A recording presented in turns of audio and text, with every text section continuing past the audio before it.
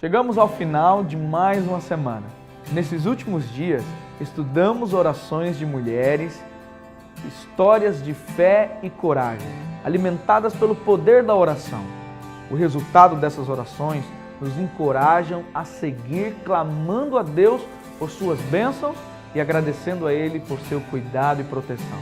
A irmã Ildete nos conta como Deus cuidou de sua vida e de seu filho quando voltavam para casa. Depois dessa bonita história, vamos estudar com o pastor Douglas 6 lições a partir da súplica de uma mãe que pediu a Jesus a cura de sua filha. Então, vou dar testemunha do meu filho, porque ele morava em São Paulo e eu moro aqui em São José. Teve um problema com a esposa dele e depois ele se separou da esposa e depois ele ficou na rua, usava droga e fumava e bebia e o pessoal batia nele. E depois disso tudo ele virou mendigo.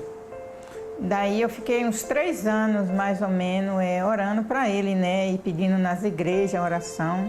E depois eu fiquei sabendo que ele vinha para cá. E eu fiquei preocupada, né? Eu falei, meu Deus, como esse rapaz vai vir para minha casa, porque eu moro de aluguel. Aí ele chega aqui e vai ficar bagunçando, a mulher vai me pedir a casa e eu vou para onde? Que a casa aqui é difícil, né? Mas depois eu falei, se for da vontade de Deus que ele venha, que ele possa vir, né? Aí, quando foi um dia, ele estava chorando lá na cidade, lá em Itaquera, sentado assim num banco chorando. Aí disse que apareceu um irmão lá da igreja da Assembleia e falou para ele, por que você está chorando? Ele falou assim, é porque eu quero ir embora para São José, para a casa da minha mãe, e eu não tenho dinheiro. Aí o irmão pegou, deu uma marmita para ele comer e pegou R$100 e deu para ele e uma roupa usada. Aí ele vestiu aquela roupa rapidinho e pegou o metrô, o ônibus aí no Tietê e veio embora para cá. Só que ele chegou aqui no Interlagos às tantas da noite e ele nunca tinha vindo para cá, não tinha meu endereço, não tinha nada. Aí ele parou lá na rodoviária nova, aí ele perguntou aonde que pegava o ônibus para vir para cá, eles mandou ele ir para a Velha, ele foi, pegou Interlagos e veio. Só que ele chegou aí, ele não achou minha casa, ele não sabia onde é que eu morava, ele dormiu na rua ainda. Quando foi no outro dia, ele pegou e ligou para São Paulo para perguntar o número do meu celular.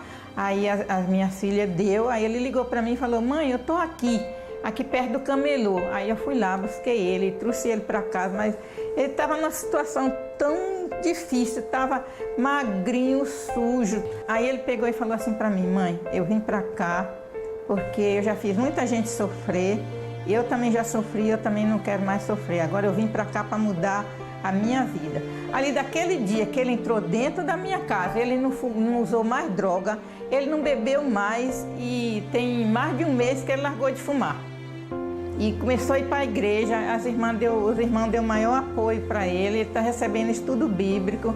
Às vezes eu fico pensando, Senhor, eu não mereço tanta bênção que Deus fez, porque eu orei 3 anos e os irmãos também, e eu via o resultado das orações.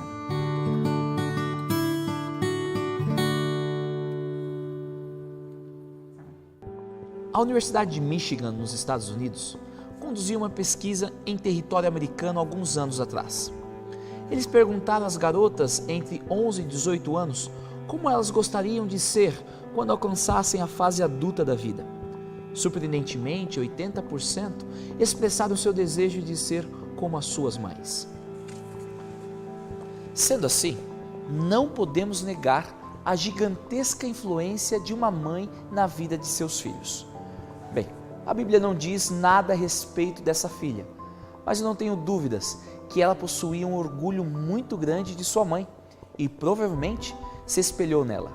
A realidade é que também não sabemos muito sobre essa mãe. Sendo bem sincero, nem sabemos o seu nome. Porém, o que sabemos dela é maravilhoso. Ela buscava a Deus com muita fé. Ela foi uma das poucas pessoas que recebeu o elogio de Cristo: grande é a tua fé. Nessa última reflexão sobre as mulheres em oração, vamos ver o que realmente significa orar com fé. Vamos meditar em algumas lições. Primeira lição: a oração de fé muitas vezes é encontrada nas pessoas menos prováveis. Bem, Quando você pensa em alguém que ore com fé, você pensa em um pastor ou líder religioso. Bem, esse não foi o caso. Eis que uma mulher cananeia, que viera daquelas regiões. Essa mulher era cananeia, ou seja, nem fazia parte da panela religiosa de Israel. Porém, foi encontrada uma fé sem igual em sua oração. Segunda lição, a oração de fé sempre será centrada em Jesus. A verdadeira oração de fé não estará fundamentada em pessoas, habilidades, recursos ou situações, mas sim em Cristo Jesus. Aquela mulher cananeia compreendia isso. Clamava: Senhor, filho de Davi, tem compaixão de mim. Terceira lição, a oração de fé demonstra persistência. A fé nos habilita a continuarmos buscando, mesmo quando nossas súplicas não são atendidas ou respondidas. Veja, ela foi persistente ao silêncio de Cristo e ao pouco caso dos discípulos de Jesus.